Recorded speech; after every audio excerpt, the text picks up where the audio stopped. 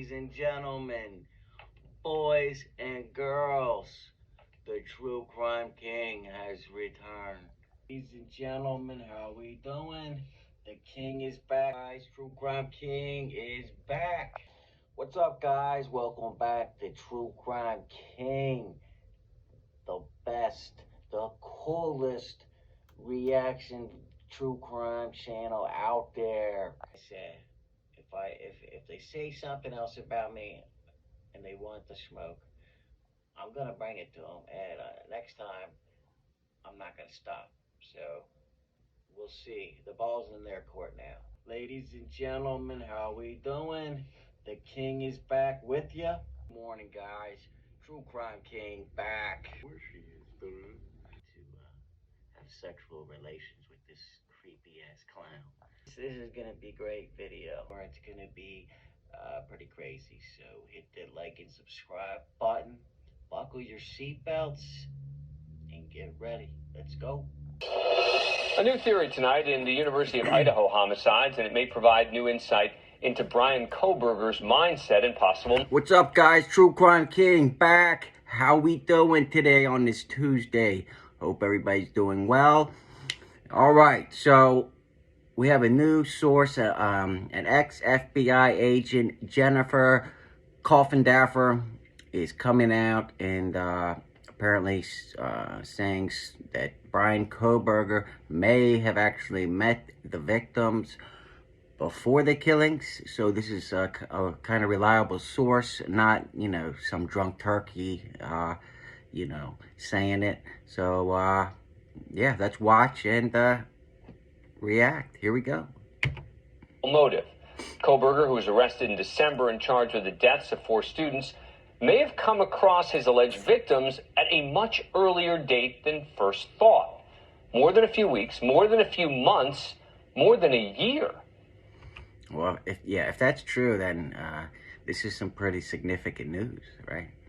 2 weeks before the murders, Kohberger reportedly sent a series of messages to one of the victims on Instagram, according to People magazine, which is what many thought was the earliest contact he had with the victims. The recent court documents show authorities submitted several search warrants to social media companies, which date back to January 2021. That would put us back nearly 2 years before the murders.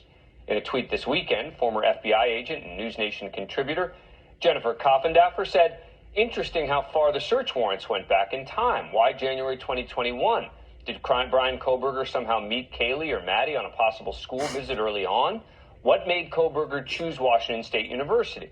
Did Kohberger have a nexus with his victims sooner than we thought?" And remember, Washington State is only like 10 or 15 miles from, the University of Idaho.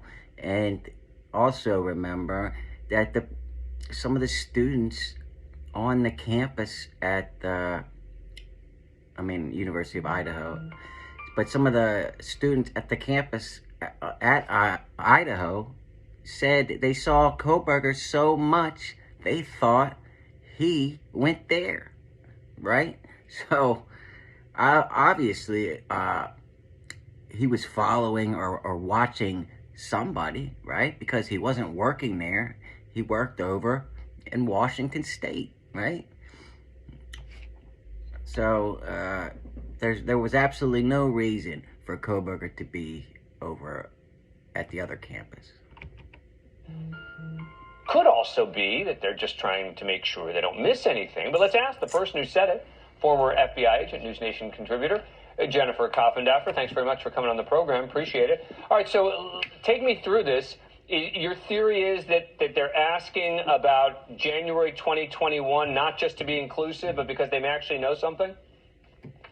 Well, whenever you're a law enforcement officer and you're meeting with your prosecutor and you're putting together these search warrant packages and subpoenas that we haven't even seen, you very specifically outline the date range that you want. And you have to have a reason for wanting this date range. I think it's very interesting. It specifically tunes into TikTok, Tinder, and then also Google. And it also is very specific to particular people. Ethan is not even considered in these particular set of warrants. And so I think that gives us some clues. It tells us that law enforcement believes possibly that they had a connection well prior to the time frame we thought. And that could either be through social media or through physically meeting them on a visit there. What do you guys think? Do you think Kohberger met either Kaylee or Maddie or Xana or Ethan before the murders? Or do you think he just saw them by stalking them? Let me know. And you think that it's possible that he may have chosen Washington State University to get his degree or to study because of some sort of relationship connection to the victims?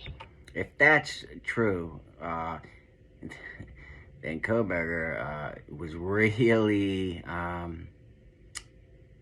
infatuated with whoever, either Maddie or Kaylee, in my opinion. I think it's possible. Certainly law enforcement is going to be looking in every direction, including that direction. Could that have led him to choose this university clear across the country from Pennsylvania where he... I think that's a stretch, a big stretch. You know, I thought she was gonna actually have some kind of proof, but it's, again, just speculation. You know, there's a gag order, but yeah, let's see what else she's got. He had previously attended for his undergraduate and his master's degree. What took him there? That has to be at least considered. And when you look at this time frame, I mean, I think what took him there was the teacher that he was studying under, right? The one that, I can't think of her name off the top of my head, but the one that was involved with BTK. Right now, that's what I believe.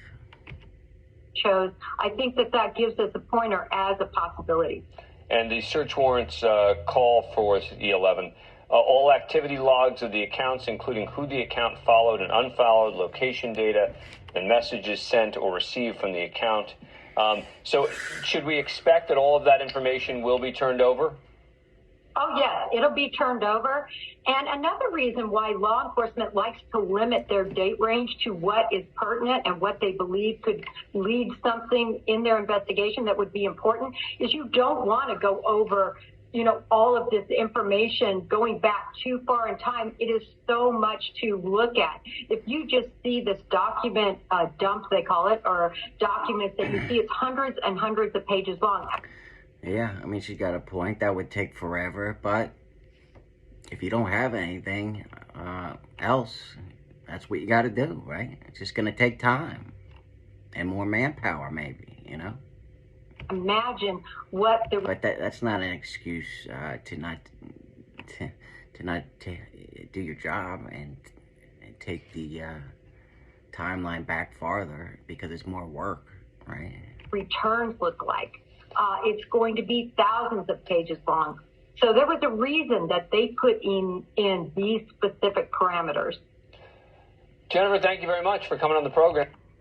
Well, what do you guys think? Let me know in the comments. Hope you liked it. If you did, smash the like button for me. And until next time, True Crime King, out.